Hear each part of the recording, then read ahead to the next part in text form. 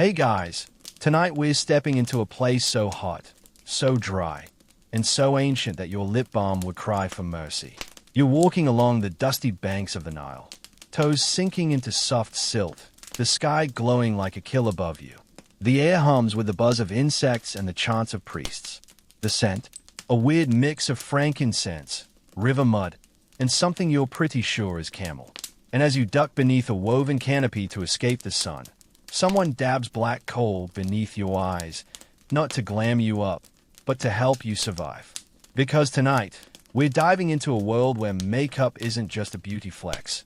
It's a matter of health, magic, class, and cosmic balance. And spoiler alert, if you're expecting a little lip gloss and a smoky eye, you might want to brace yourself. You probably won't survive this without a few beetle wings and some crushed emeralds in your face cream. So, before you get comfortable, take a moment to like the video and subscribe. But only if you genuinely enjoy what I do here. And hey, let me know in the comments where you're watching from and what time it is for you. Now, dim the lights. Maybe turn on a fan for that soft background hum. And let's ease into tonight's journey together.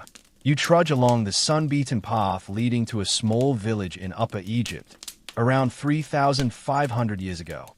The sand crunches under your feet like dry sugar. Everything around you is bleached bone white from the sun, and the brightness almost blinds you. You squint, and that's when someone smears a thick line of dark black paste just under your eyes. You flinch, but the local child who did it just laughs and hands you a small chunk of something crumbly and black. It smells smoky. Kohl, they say in ancient Egyptian, their eyes wide and rimmed with the same mysterious dark paint. So you can see, and suddenly you can see. Not just clearer, but sharper, less glare. The soot-like stuff cuts the sunlight like modern sunglasses. But that's only the beginning. You're about to learn that makeup here doesn't just protect you from sunburn and sandstorms. It might just protect your soul. This isn't makeup for fun. It's makeup for survival, for power, for magic, and sometimes for war. You follow the kohl-rimmed child into their family's modest home, a mud brick rectangle, cool and dim inside. In one corner is a tiny box with a mirror no bigger than a figure. Inside are little chunks of black and green powder, carved ivory sticks, and something that looks suspiciously like lizard fat. That's the family makeup kit. Yes, everyone in the family uses it. Outside, the adults prepare for a festival honoring the goddess Ether. People are lining up by the riverbank with baskets of offerings and eyeliner. You watch one man apply his kohl so meticulously, he could have been on TikTok live. His lines are bold, winged, and perfectly even. But it's not just vanity. Ether's eyes are always painted, always wide. To worship her, you paint yours too. Historians still argue whether the ancient Egyptians truly believed the makeup became divine, or if it was just part of playing the role of a proper, devout citizen. But either way, it wasn't optional. As the sun sets, the desert cools to a kind of sharp chill. You join a group sitting in a circle under a woven canopy. Someone passes around a lamp with a flickering flame and a bowl of what looks like paste made from crushed green stones. This is malachite, a mineral sacred to the goddess Wadjet. Painted on the eyelids, it's supposed to ward off evil spirits and eye infections. Bonus points if you use the copper-rich version. It glows faintly in the firelight. One priest, older than time and smelling faintly of onions and wisdom, leans toward you. He tells you that Horus, the falcon-eyed god of kingship, wears eye paint too. The eye of Horus isn't just a symbol of protection. It's literally a stylized version of a made-up eye. You laugh quietly. The original smoky eye was divine. You remember seeing a tomb painting where even the cows had eyeliner. That wasn't an exaggeration. Even animals were sometimes adorned. Cats especially. Those graceful, flick-tailed deities lounging in homes were painted and perfumed to honor the goddess Bastet. You haven't lived until you've watched a cat get a spa day in 1200 BCE. But it's not all rituals and religious cosplay. There's a practical side too. The ingredients in Egyptian eye makeup, especially the kohl, include galena, a form of lead sulfide. And weirdly, the small amounts used may have helped stimulate the immune system to fight off bacterial eye infections. Scientists are still scratching their heads. debating whether this was a lucky accident or ancient biohacking. One thing is certain, no one here would dream of going outside without their Kohl. Even laborers working on the pyramids were given makeup as part of their wages. Not for selfies, though hieroglyphs are kind of like the original Instagram stories, but because being without it would make you feel vulnerable. Naked, unguarded, unprotected from the sun and the spirits. As you look around, you notice that people apply it with tiny sticks, wood, bone, sometimes silver. Each tool has a story. Some are passed down through generations. And unlike your eyeliner pencil that dies a tragic death under your bed, these applicators are treasures. Suddenly, you hear laughter from the other side of the courtyard. A group of kids are playing Pharaoh and Priest. And guess what? The Pharaoh won't come out of his make-believe palace until his Kohl is done. Priorities. Even the dead, you learn, were never buried bare-faced. Makeup was part of the afterlife starter pack, because in the halls of judgment, you'd better look sharp. You never know when you'll run into Osiris or your ex. And here you are, sitting quietly, your eyelids tingling from unfamiliar minerals, your face marked in lines of color as old as time. You lean back, watch the constellations begin to flicker in the purple sky, and realize something strange. You feel powerful, like you belong here, like you've stepped into an identity older than history itself. The next morning, before the sun even rises, someone nudges you awake. It's the same child from yesterday, the one with the mischievous smile and expertly lined eyes. They are already halfway through applying their makeup, holding a tiny shell filled with dark powder and a slender wooden stick worn smooth from use. You yawn, still groggy, but they insist. It's brighter today. You'll go blind if you don't wear it. That's not even a joke. This isn't just morning routine. This is survival gear. You sit up, and they begin carefully dabbing and dragging that same black substance under your eyes. It's soft, slightly gritty, and smells faintly like campfire ash. You're wearing Kohl again. Yes, the same black eyeliner that Cleopatra popularized 1,000 years after the time you're in now. And in case you were wondering, no, Cleopatra didn't invent it. Kohl goes back way before her. As early as 3100 BCE, Egyptians were already grinding galena, a black mineral ore, into a fine powder to create their signature look. But here's the twist. Galena is a form of lead. You're literally smearing lead on your face. Don't panic. While that sounds like a one-way ticket to ancient ER, not a fun place, the Egyptians were surprisingly savvy about the dosage. Used around the eyes, the tiny exposure may have actually helped boost nitric oxide production in the body, a natural immune system defender. Historians still argue whether this was discovered by chance or careful observation over centuries. Either way, it's kind of like using eyeliner and Neosporin at the same time. But there's more to this black paste than meets the eye. Today, you follow the child and their mother to the local market, where vendors are shouting about fresh bread, linen, and, you guessed it, eyeliner ingredients. There's a stall dedicated just to Kohl production. You watch a man take lumps of galena and grind them with a smooth stone slab, mixing the resulting powder with a bit of animal fat, oil, or even tree resin to create the perfect consistency.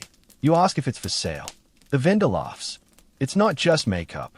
This is sacred. And is right. Kohl isn't only about protection from sunlight or scaring away sand flies.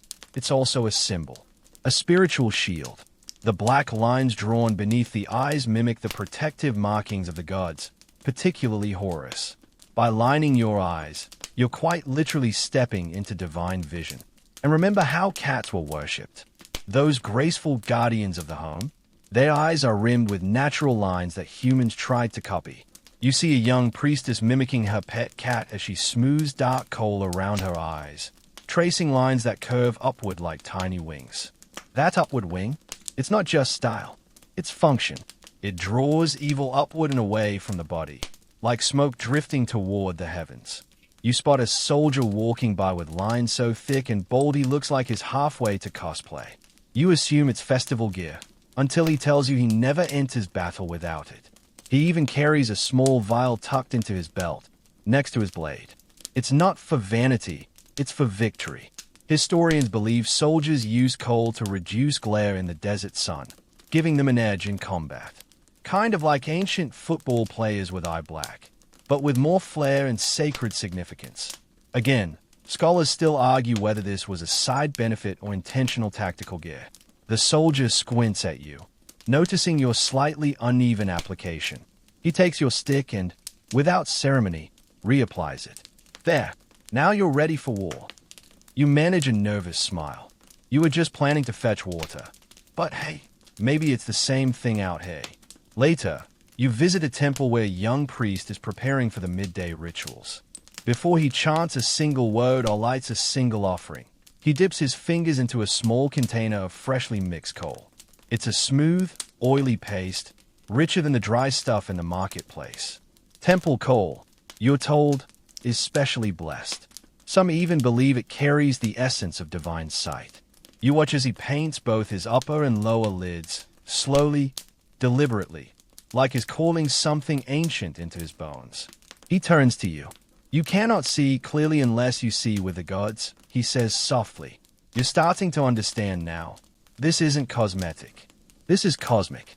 By late afternoon, you're sitting in the shade of a sycamore fig tree, feeling the warmth of the coal settled into your skin. It hasn't smeared. It hasn't stung. In fact, it feels like it's become part of your face, your armor. You ask a passing elder if she remembers when she first wore coal. Her eyes, as sharp as obsidian, crinkle in memory. When I was 3, she says, at the festival of Sekhmet, my mother said the goddess would bane me to ash if I wasn't beautiful. She's probably joking, right? But there's that serious undertone again. Beauty isn't just cultural here. It's not just looking nice. It's about harmony, order, marat. If you walk out into the world without makeup, you're not just unkempt, you're disrupting the divine balance. Even babies have their eyes lined. Not every day, of course, but on festivals, special events, and rites of passage, even the tiniest citizens are dabbed with black paint to ensure they are seen and protected by the gods. Back at the home where you're staying, the family gathers for dinner, flatbreads, lentils, and dried figures. As the light fades, the matriarch retrieves the family's cosmetic box once more, not to reapply makeup, but to clean the tools. The sticks are wiped clean with a strip of linen, then gently kissed before being stored away. Sacred, you realize, this isn't just a kit. It's an altar in disguise. And as you stare into the polished surface of a metal mirror, your eyes lined and gleaming under the stars, you feel strangely at peace. The desert winds whisper through the reeds. You are painted, you are protected, and in this moment, you are part of something ageless. The morning haze rolls off the Nile like breath from a sleeping giant. The village stirs slowly, but you're already up, pulled from your pallet by the familiar sound of grinding stone on stone. That rhythm, steady, patient, means someone's preparing something ancient, potent, and possibly glowing. You pad barefoot toward the noise and find an old woman hunched over a low slab, rhythmically crushing a chunk of bright green mineral. The powder sparkles in the rising sun like crushed glass. Malachite, she mutters, without even looking up. For the eyes, for the gods. You kneel beside her and watch the green dust bloom beneath her pestle. It's mesmerizing, somewhere between crushed mint and glitter. Malachite, you soon learn, is not only beautiful, it's sacred. It's sourced from mines deep in the Sinai Desert, a place the Egyptians called the land of turquoise and malachite. The journey there was treacherous, long, and full of snake-related regrets. Miners risked everything for this shimmering green treasure, believed to contain divine energy and powerful healing properties. The old woman dips a wetted stick into the pile and applies a line to her lower eyelid. It gives her the intense, hypnotic stare of a statue. Then she gestures for you to do the same. You hesitate. Green eyeshadow before breakfast? But when in ancient Egypt, as the pigment touches your skin, you feel a slight tingling. Not unpleasant, but electric. Malachite contains copper, and some believe the mineral's trace compounds help stave off eye infections in the dusty desert climate. Again, scientists today debate whether this was an accident or a genius early use of protopharmaceuticals. Either way, your eyes look magnificent. And green, it turns out, isn't just for flair. It's linked to the goddess Hathor, the protector of beauty, joy, and, you guessed it, cosmetics. Priests and priestesses of Hathor wore malachite during ceremonies to honor her. Some even believe the green around the eyes created a sacred portal for divine visions. Pretty bold for something you just smeared on your face with a twig. Later that day, you find yourself in a small temple carved into rock. It's cool inside, a welcome break from the sun. The walls are painted and faded but still vibrant murals. Scenes of people dancing, harvesting, praying, and applying makeup. One figure holds a palette like the one you saw earlier. Another dips a stylus into a tiny jar. Their eyes are enormous, almond-shaped, and outlined in green so vivid it almost glows. You pause. There's something almost futuristic about it, like alien hieroglyphic glamour shots. A young initiate walks by, robes brushing the floor, and he notices you staring. The green protects, he says simply, against blindness, against evil, against the red one. You blink. The red one. He looks around, lowers his voice. Seth. Ah, yes. The god of chaos, deserts, and sandstorms. Nobody wants to catch his attention. Malachite, some believed, kept him at bay, its shimmer blinding to evil spirits. But not everyone could afford the real stuff. You soon learn about clever substitutes, green plant dyes, ground herbs, or even painted wax. Imitation was fine as long as the ritual was followed. It wasn't about being rich, it was about being respectful. And, not getting possessed. You head back to the village, passing a group of young girls dancing in the shade of a fig tree. One of them is wearing a necklace with a tiny malachite bead. She proudly tells your mother, says it helps her dream of good things. Dreaming, you learn, was deeply spiritual in ancient Egypt. Makeup could influence not just your waking life, but the worlds you visited in sleep. You wander through the late afternoon streets, still wearing your shimmering eye paint. A few locals nod with approval. The green, they say, makes your aura calm. That might be a polite way of saying you don't look like a startled goat anymore. But still, compliments are compliments. Even the animals seem unbothered by you now. A cat brushes against your leg, purrs, and slinks away. Your confidence grows. Then you see something strange. A tiny coffin, no larger than a shoebox, being carried gently by two older women. Inside, a bird, probably a pet falcon, wrapped in linen, a touch of green pigment smeared across its closed eyes. You're told it belonged to a temple priest. The bird was honored in death with the same cosmetic care as a highborn human. You think of modern funerals with flowers and nice suits. The Egyptians? They sent off their pets with full eyeliner and a prayer to Wadjet, the cobra-eyed goddess of protection. Somewhere, you imagine that falcon soaring into the afterlife, eyes lined and ready to face the gods. The sun dips low.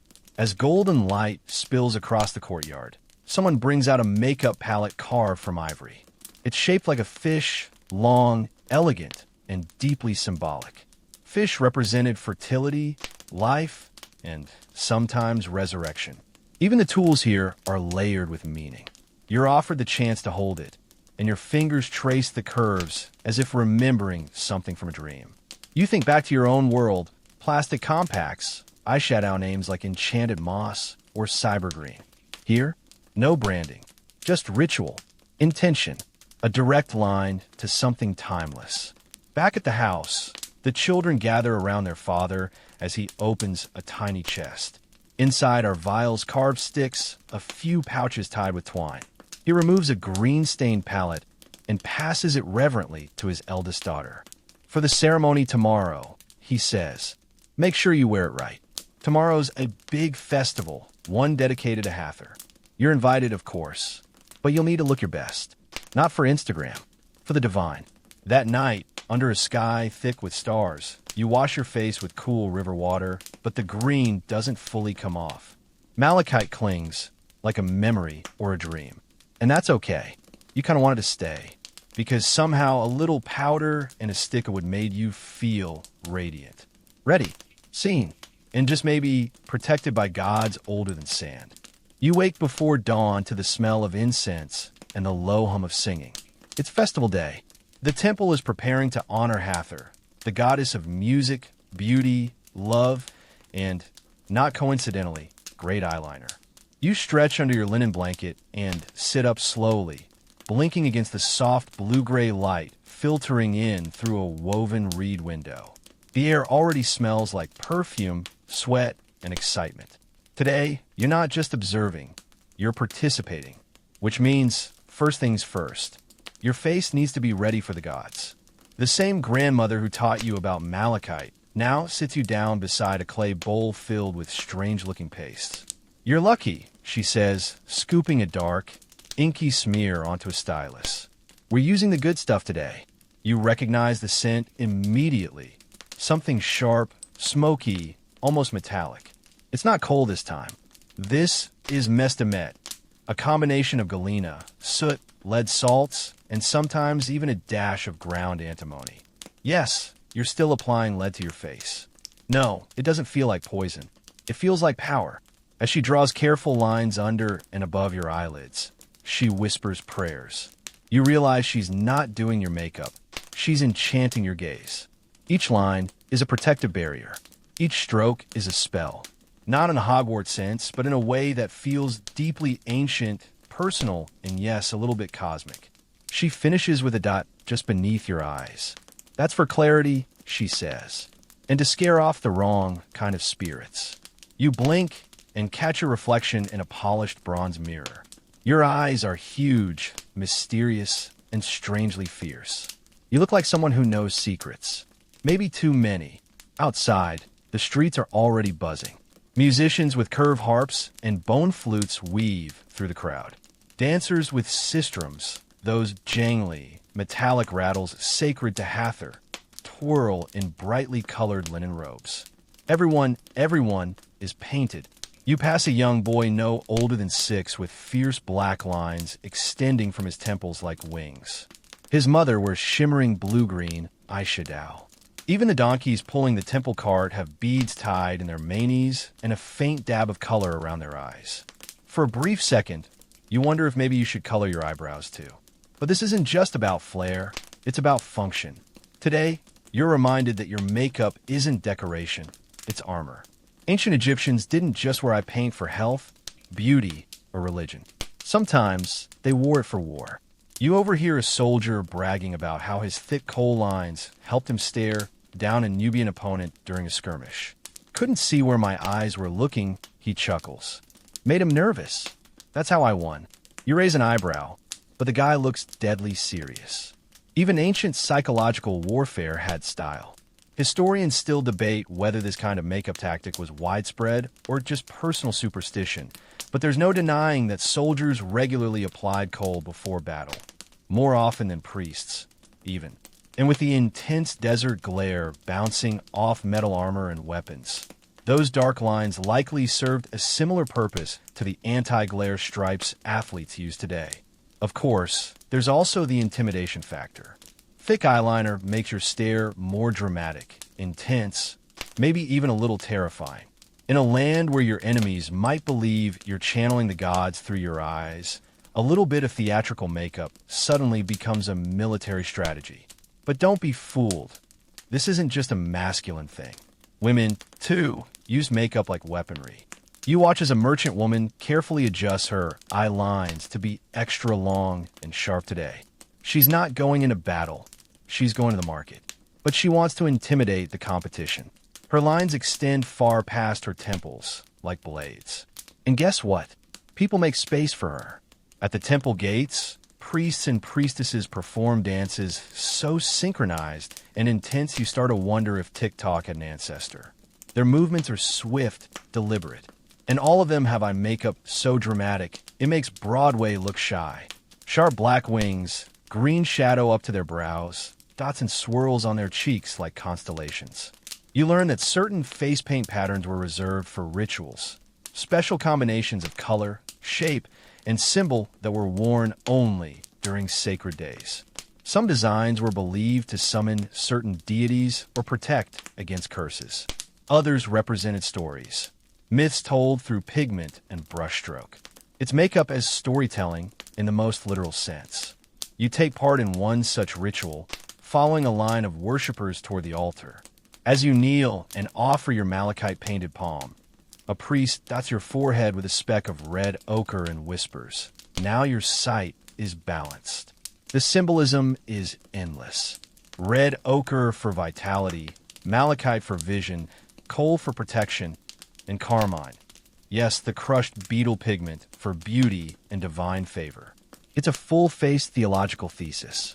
Even more fascinating, some pigments were intentionally blended to be mildly toxic, like early chemical deterrents. There are whispers that certain beauty concoctions could make a person too radiant to approach. Kind of like ancient pepper spray in eyeshadow form. And this brings us to the question, did the Egyptians know these recipes were dangerous? Some say yes. They used them sparingly, cautiously, almost like potions. Others argue it was purely aesthetic, and any side effects were brushed off as divine testing. But whether intentional or accidental, these cosmetic mixtures gave people a sense of confidence and control. You don't just feel beautiful, you feel untouchable, holy, invisible, if necessary, seen when you choose. That night, after the festival, you lie in the courtyard with a few other guests. The stars wheel overhead, brilliant and sharp in the desert sky. Your face feels stiff with drying pigment, but you don't mind. You're still glowing, inside and out.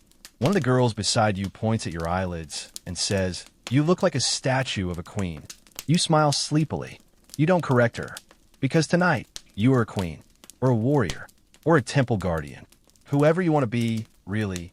All it takes is a little paste, a lot of tradition, and a dash of courage. The next day arrives with the smell of dust and citrusy balm. You're helping the family grind up ingredients for another batch of eye paint, but today's mix is different. Less shimmer, more sting.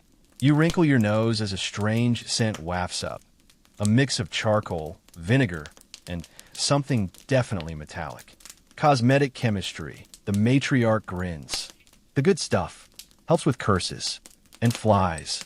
You peer into the shallow stone bowl, half fascinated, half suspicious. The black paste inside looks like yesterday's Kohl, but it's been mixed with lead carbonate this time. Whiter, finer, sharper in smell. As you stir it with a flat bronze spatula, the edges glint like tiny stars. You think about how casually people here use minerals and metals. In your world, you'd be calling poison control. But here, the lines are blurrier. Is it dangerous? Maybe. Is it sacred? Absolutely. Makeup, you realize, was the ancient Egyptian version of pharmacy, therapy, and wardrobe, all rolled into one.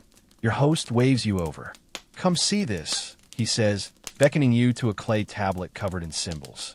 It's a recipe for makeup, a list of ingredients with small notes beside each one.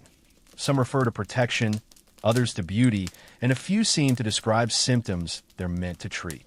Historians have long puzzled over these tablets. Were they medical prescriptions, cosmetic manuals, or both?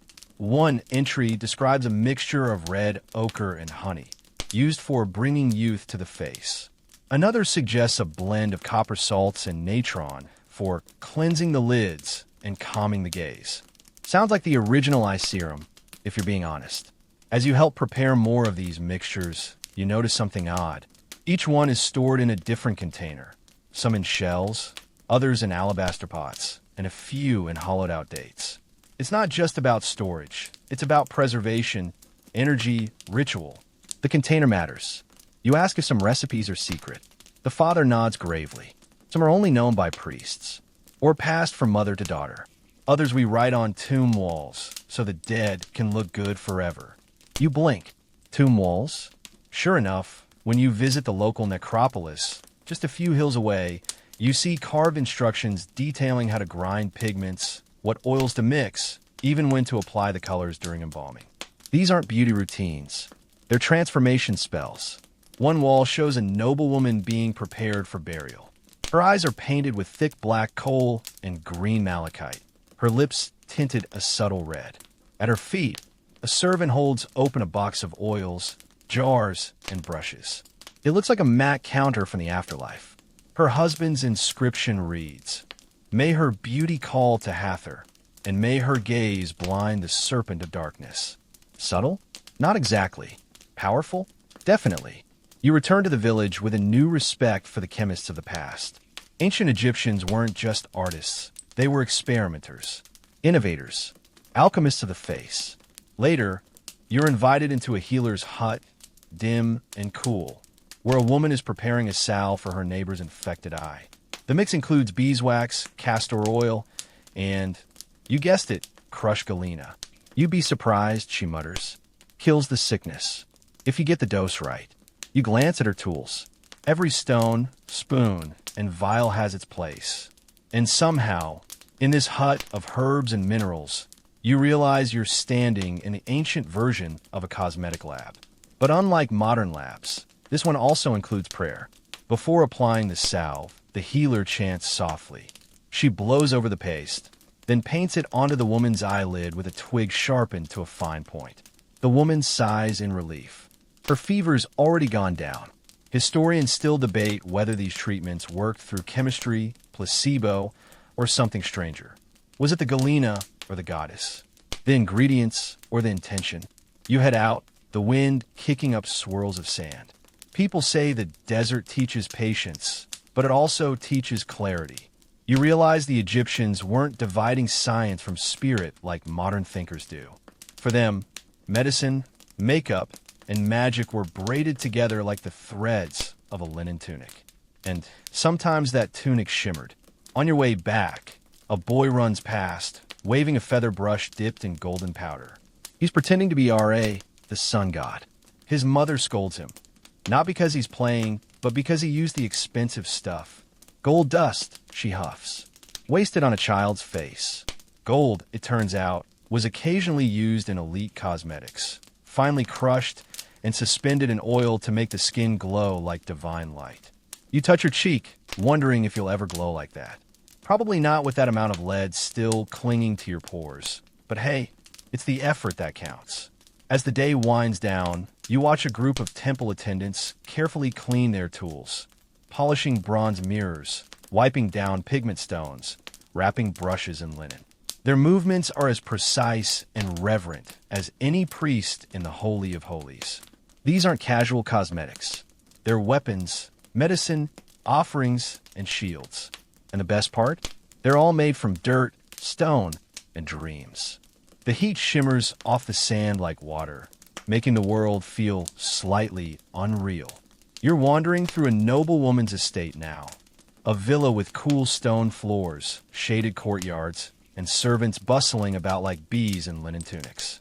You were told she would show you something special today. Turns out that something special is sitting right in front of you on a low ivory table. A polished bronze mirror, catching the afternoon sun and throwing golden specks onto the walls.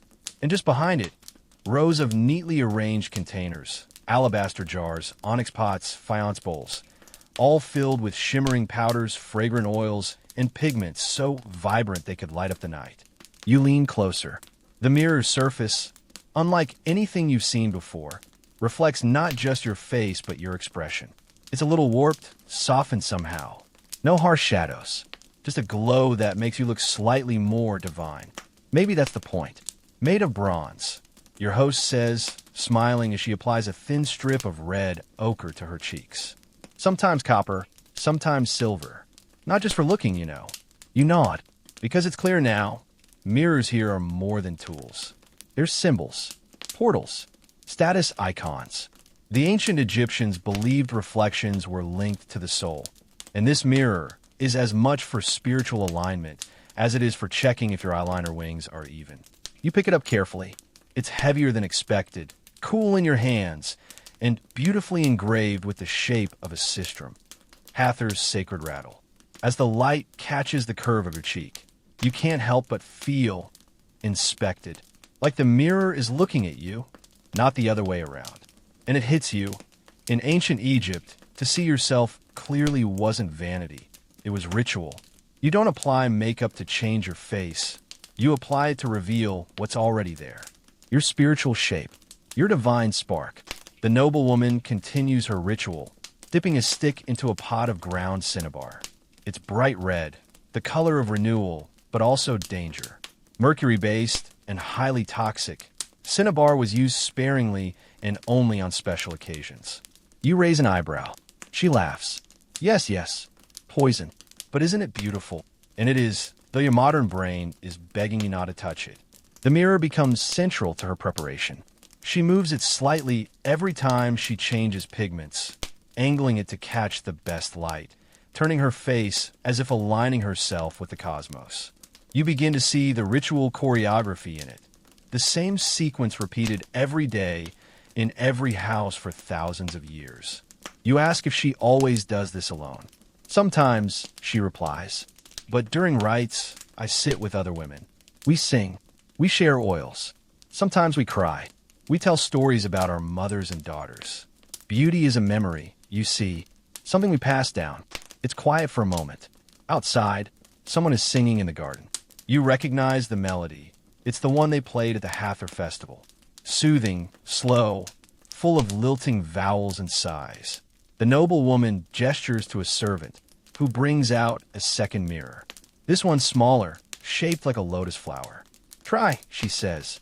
You hold it up, and for a moment, you're just a stranger in a strange land.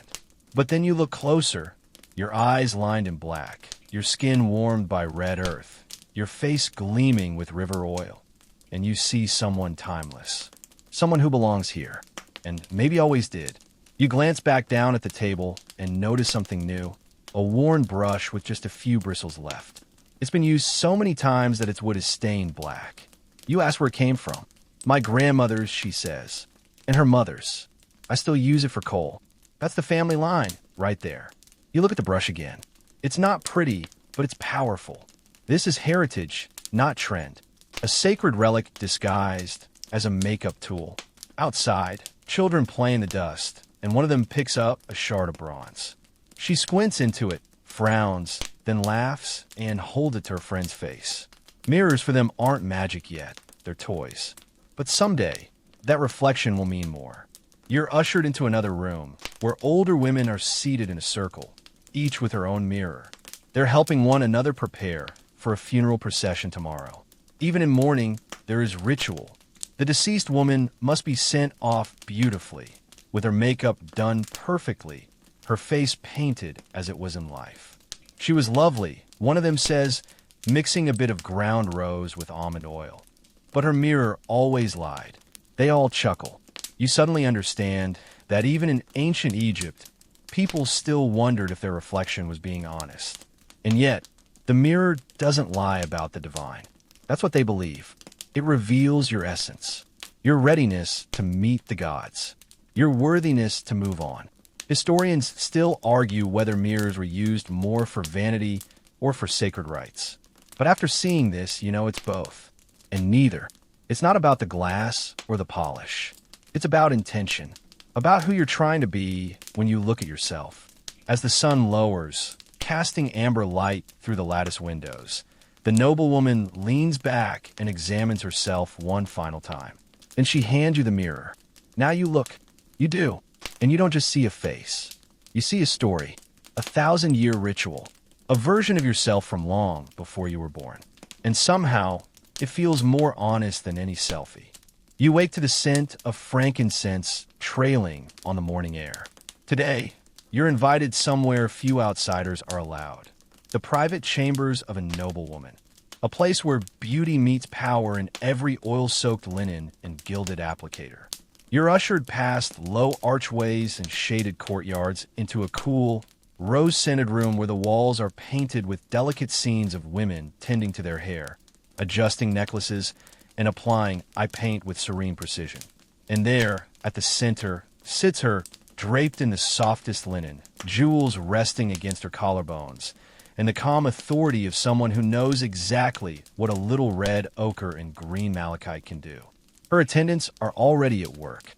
One massages oil into her hands. Another combs her hair with a narrow ivory pick. A third opens a carved wooden chest, her personal beauty box. Inside is a treasure trove. Jars of scented unguents, fine powders, pigment sticks, wax cones, and crushed stones in every hue. It's like stepping into a pharaoh's private Sephora, but without the overpowering synthetic peach aroma. You're motioned forward. Gently, one attendant places a little blue bowl into your hands. The scent makes your eyes water. Myrrh, frankincense, cinnamon, and something earthy. Kyphi, she says softly. A famous incense blend used in temples, but also in perfumes. The noblewoman wears it behind her ears. Not just for pleasure, some believed it cleared the mind and even helped with lucid dreaming. That's one way to multitask your beauty routine. As the preparations continue, the woman speaks without opening her eyes. Everything has meaning, she says. Even the oils. She's right. Almond oil isn't just a moisturizer. It softens the skin before pigment is applied and is believed to carry energy. Castor oil, thick and glossy, is rubbed into lashes and brows to promote growth and give a look of divine fullness. Scented animal fat? Yes, it's a real thing.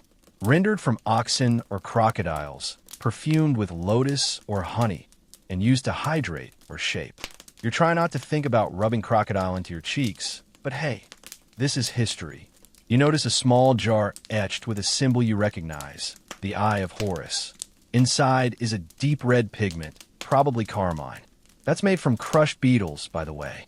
The bold lip of the divine. The woman finally opens her eyes and looks at you. Her gaze is fierce but amused.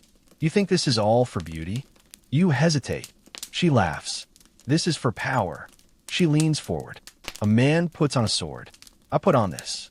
You're beginning to understand that the ancient Egyptian beauty box is more than vanity. It's a statement. Every pigment says something. Red lips meant vitality and seduction. Green lids evoke divine sight. Golden shimmer on the cheeks hinted at Ra's favor. And don't get her started on perfume. Some scents were worn like armor. Lotus, for instance, wasn't just pretty. It symbolized rebirth and was thought to awaken the senses of gods and men alike. She gestures to another box, this one narrower, more delicate. It holds long sticks of scented wax. Cone of delight, she smirks. We wear them on our wigs during festivals. They melt slowly in the heat, and the scent keeps everyone under your spell. You try to imagine this at a modern party. A wax perfume hat. Bold move. You respect it. One of her servants brings a mirror, bronze again, with a stem shaped like a papyrus stalk. The noblewoman leans in to inspect her face. Everything is precise. The makeup isn't just slapped on. It's balanced. Symmetrical, as if inviting Ma'at, the goddess of truth and order, to settle into her skin. You ask how long it takes to prepare like this each day. She shrugs. As long as it takes to be seen properly. The phrase lingers. Seen properly. Not looked at. Seen. It's about intention, respect, and placement in the world. This isn't just a face, it's a mask, a message, a mantra. She explains how certain looks are only worn for specific occasions. Morning makeup is smudged and faded, purposefully ghostly. Fertility rites call for shimmering gold and soft pinks. Offerings to Isis, blue lids, and a single dot of yellow beneath each eye. The pigments are the language. The skin is the scroll. Historians are still puzzled by some of the more elaborate beauty rituals found in tomb paintings. Were they daily practices, reserved for ceremonies, or exaggerated depictions meant to glorify the dead? The debate continues, but one thing's clear. Cosmetics were never just casual. Later that day, you're invited to a garden party. Nothing too wild, just some fig wine, dancing, and scented cones dripping slowly into wigs under the sun. You recognize some of the women from earlier, their eyes outlined, cheeks flushed, scent trails following them like shadows. One of them gestures toward the noblewoman and whispers. She once silenced an entire court just by turning her head. You're not surprised. That eyeliner is practically weaponized. As the afternoon stretches lazily on, you watch the noblewoman make her rounds, each movement deliberate. She speaks softly, touches hands briefly, and smiles rarely, but when she does, it's unforgettable. Every part of her presentation is intentional. A performance, but a sacred one. Even her feet are dusted with crushed lotus petals. As the sun sets and the women retreat indoors, the noblewoman removes her ornaments one by one. The gold earrings, the faience necklace, the ring with the tiny turquoise scarab. But not the makeup. That stays until her prayers are done. Only then does she dip a cloth into a bowl of scented water and begin to gently erase the day's persona. You sit beside her in the dimming room. She glances at you one last time. You can wear colors, or you can wear power. Sometimes they're the same thing. And just like that, the beauty box closes. But the impression stays. The next day, the desert sun finds you shoulder to shoulder with a soldier. Both of you crouch near a shallow stream as he rinses dust from his face. You're not in a temple now. Not in a noble courtyard or perfumed beauty chamber. This is the barracks. Rough linen tents, clanging bronze weapons, and a tangy scent of sweat and iron. And makeup. Lots of it. The soldier dips 2 fingers into a flat tin filled with black paste and starts applying it around his eyes. Same precise lines you saw at Aether's festival. But hey, there are no silk robes or lotus-scented oils. Just grit, sand, and a lot of tough guys in eyeliner. Protection, he grunts. From the sun, from sand, from death. You raise an eyebrow. He doesn't flinch. What? You think this is only for girls? You've learned it by now not to laugh. Because here in ancient Egypt, cosmetics aren't gendered. They are status, health, and divine alignment. And men wear them as confidently as their weapons. Soldiers, scribes, farmers, even fishermen. In fact, not wearing makeup is more suspicious. Across the camp, another man sharpens his blade while balancing a small coal pot on one knee. He glances up and winks, a smudge of black lining his lower lashes. Helps me aim, he jokes. Historians still debate how much of that is superstition versus function. But they agree. Even the most rugged men in ancient Egypt took cosmetic rituals seriously. From pharaohs to pyramid builders, makeup was as normal as sandals. You follow the soldiers on patrol through the palm groves just outside the village. The sun bounces off the water and hits your face like a slap. But your eyes? They are fine. The black pigment cuts the glare, absorbs the light. You're basically wearing the world's oldest polarized lenses. One soldier explains that their Kohl isn't just for vision. It's for intimidation. You line your eyes right, and you don't blink. People think you're a god. Or a ghost. You squint at him. His face is expressionless. The lines are so perfectly drawn they look tattooed. If eyeliner can conjure fear, his mastered it. At a nearby training ground, a scribe with inky fingers and a stained linen tunic jots down inventory while wearing a full face of black liner and faint red on his cheeks.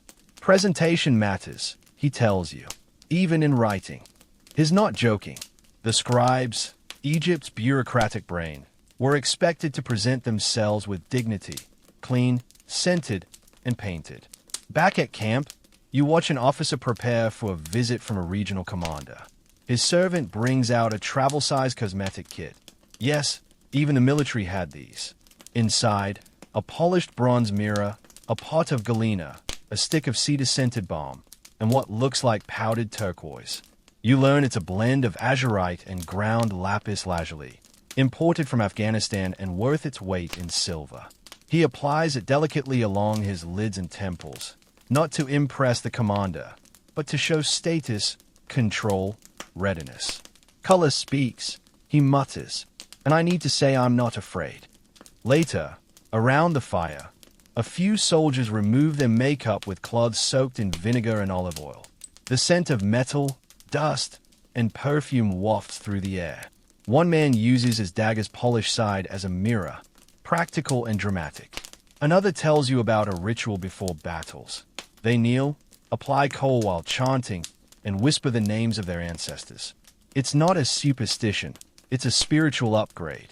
War is chaos, one man says, his eyes reflecting the flames. This, he points to his perfectly lined lids, this is order. Marat, if I die, I want the gods to see my face clearly. Even in the tombs of warrior elites, you've seen this care. Cosmetic jars buried beside weapons, brushes resting beside blades. One tomb inscription reads, "He entered battle with Kohl, and the enemy trembled." But cosmetics weren't limited to soldiers and scribes. Back in the village, you meet a stonemason carving funerary stele, his hands thick with calluses, his eyes lined sharp. He doesn't just chisel hieroglyphs. He also lines the gods' eyes with pigment mixed in clay. It helps them see, he says with a shrug. The duality of the divine and the everyday is everywhere. You watch a young fisherman reapply Kohl before setting out in his reed canoe. The reflection from the Nile can blind a man. But lined eyes, he says, keep him sharp. There's even a priest in the nearby temple who supervises embalming rituals. And before he begins his sacred duties, he dots both temples with pigment and whispers a prayer. His hands, steady from years of practice, look like a surgeon's. His face is as painted as a dancer's. You ask someone later if there were ever rules. Makeup styles reserved only for kings or priests. Some patterns, yes, you're told. But the gods don't care if you're poor. If your lines are clean and your heart is good, you're seen. And really, that's the heart of it. In ancient Egypt, cosmetics didn't divide people. They unified them. Men and women, rich and poor, fighter and farmer. Everyone painted themselves not just to look better, but to be better, to align with the divine, the natural, and the eternal. As night falls, you sit with the soldiers once more. The day's pigment is fading. Sweat and sand have worn away the lines, leaving faint shadows beneath their eyes. One man, half asleep, mutters, "Even Ra goes down painted." And so do they. You lie back, eyes still lined, staring up at the stars. Somewhere far above, the gods are watching. And thanks to a little paste and a lot of ritual, you're ready to meet their gaze. You're up before sunrise again, but this time you're not preparing for a festival or heading to a temple. Today, you're helping with something far more serious and far more eternal, a burial. A local artisan has passed away, and his family is holding a small but sacred ritual to prepare him for the afterlife. You step into the quiet courtyard where the embalmer works. There's no loud chanting here, only murmurs, the slow rustling of linen, and the ever-present scent of myrrh and natron. The body is already wrapped, layer upon layer, but the face, carefully left exposed, is still waiting for its final adornment. You watch silently as the embalmer opens a carved cedar box. Inside are small jars of pigment, delicately labeled in black ink: malachite, galena, red ochre, ochre with myrrh. You recognize them all now. The same powders used in daily life are about to be used in death. This isn't a makeover. It's an honor guard. The man's daughter kneels beside the body. Her hands don't tremble. She dips a slender stick into the coal and carefully paints a single, bold line beneath each of his closed eyes. For the duat, she whispers, so he may see clearly in the land of shadows. It's not symbolic. It's necessary. The journey to the afterlife, the duat, is said to be filled with tests, serpents, burning lakes, doors guarded by riddles. If you're not fully prepared, you might not pass through. And your eyes, they better be ready. Makeup, here, becomes a passport, a form of magical protection. When you're buried in Egypt, you're not just embalmed, you're equipped. The attendants continue. A faint smear of red ochre touches the lips, then a shimmer of green across the lids. The paints are subtle but deliberate, not for vanity, for divinity. Historians have long debated how much these death rituals mirrored real-life cosmetic practices. Were these pigments symbols of status, faith, or functional tools to aid a soul through the underworld? There's no clear answer, but seeing it firsthand, you don't need a scholar to tell you it matters. The final touch is the scent. The daughter unseals a cone of solid perfume, myrrh, lotus, honey, and places it atop her father's head, where it will melt slowly through the day, releasing fragrance that was thought to please the gods. You wonder if he wore the same scent when he was alive. If it's what his family will remember most, that mix of sweetness and spice. The smell of a man who worked with his hands but walked in the favor of the divine.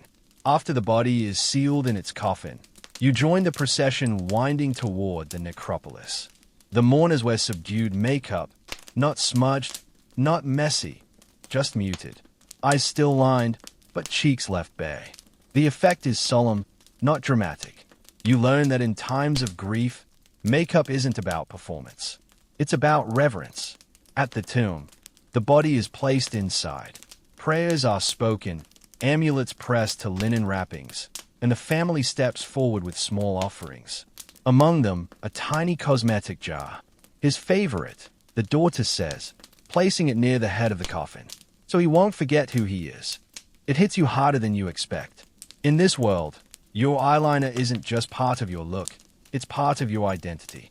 To appear without it in the next life will be like showing up naked, name forgotten, unarmed before the gods.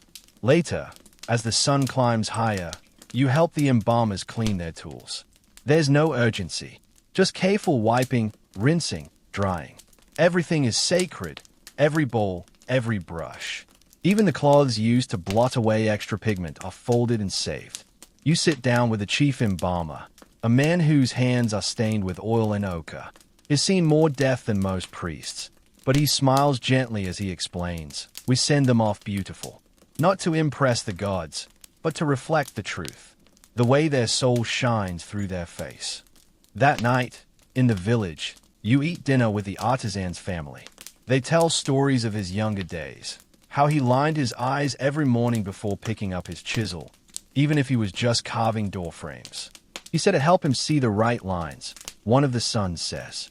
As the night deepens, you sit alone under a fig tree and think about your own face. The Kohl is still there, faint now, but present. You dip your fingers into the little jar they gave you at the burial. It smells faintly of cedar and ash. You apply just a thin line. Quiet, subtle, not for the living, not for fashion, but for connection, for memory, for the ancient comfort that says, even when you're gone, your story can still be seen.